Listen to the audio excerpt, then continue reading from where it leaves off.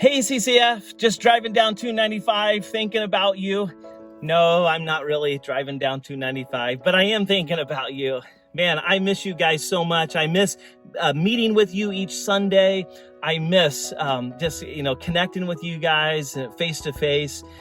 But I want to come today and just encourage you. I hope that you'll continue to let God encourage you through His Word. I want to share with you from Psalms 121. It's a passage of Scripture that the elder team and we got to pray through this the other night. And I wanted to bring this to you to encourage you for this week, here in the middle of the week. I want to remind you of this, or let me ask you this question, and that is, where are you looking for your help? Right now, wherever you are, where are you looking? In the last hour, or maybe the last couple of hours, where have you been looking to for your help? This psalm poses a great question. It's got a really good question.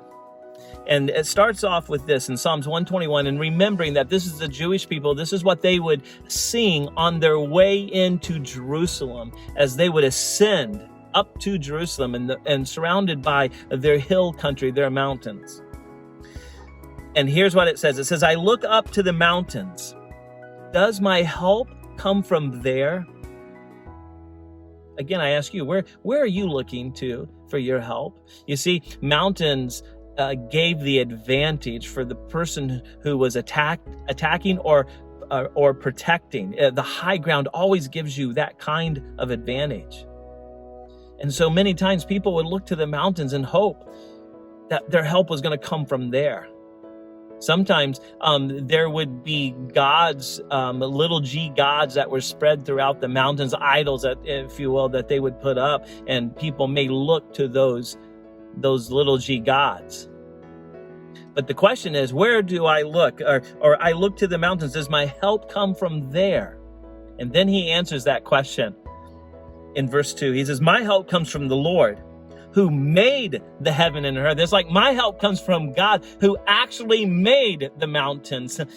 I wonder if that's where you are looking to for your help, to continue to give you what you need, to continue to provide. Yes, we've got to be smart. We've got to be wise. We've got to work hard. But ultimately, we need to be looking to God and asking God to be our provider for us, for our physical needs, our provider for us emotionally.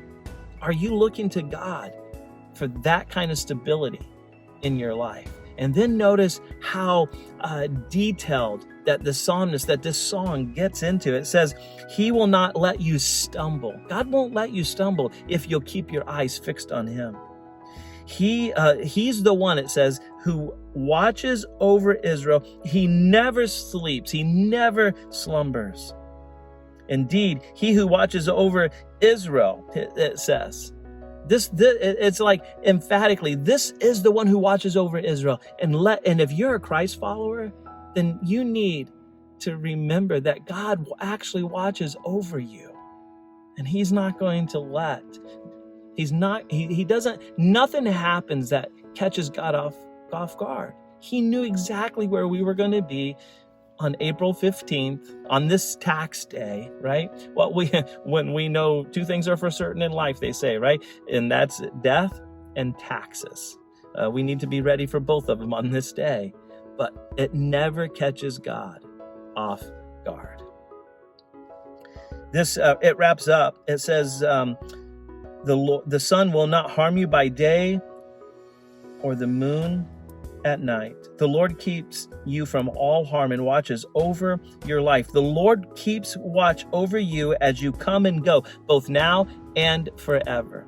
And so, today, I just want to remind you that God is watching over you, and not that he doesn't promise that life is going to be easy. He doesn't promise that life is just going to be so smooth. No, it's going to be difficult. It's going to be hard.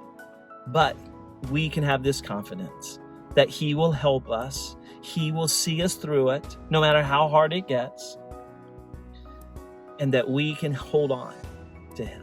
I hope today that in the middle of this week that you are allowing God to help you see you through it.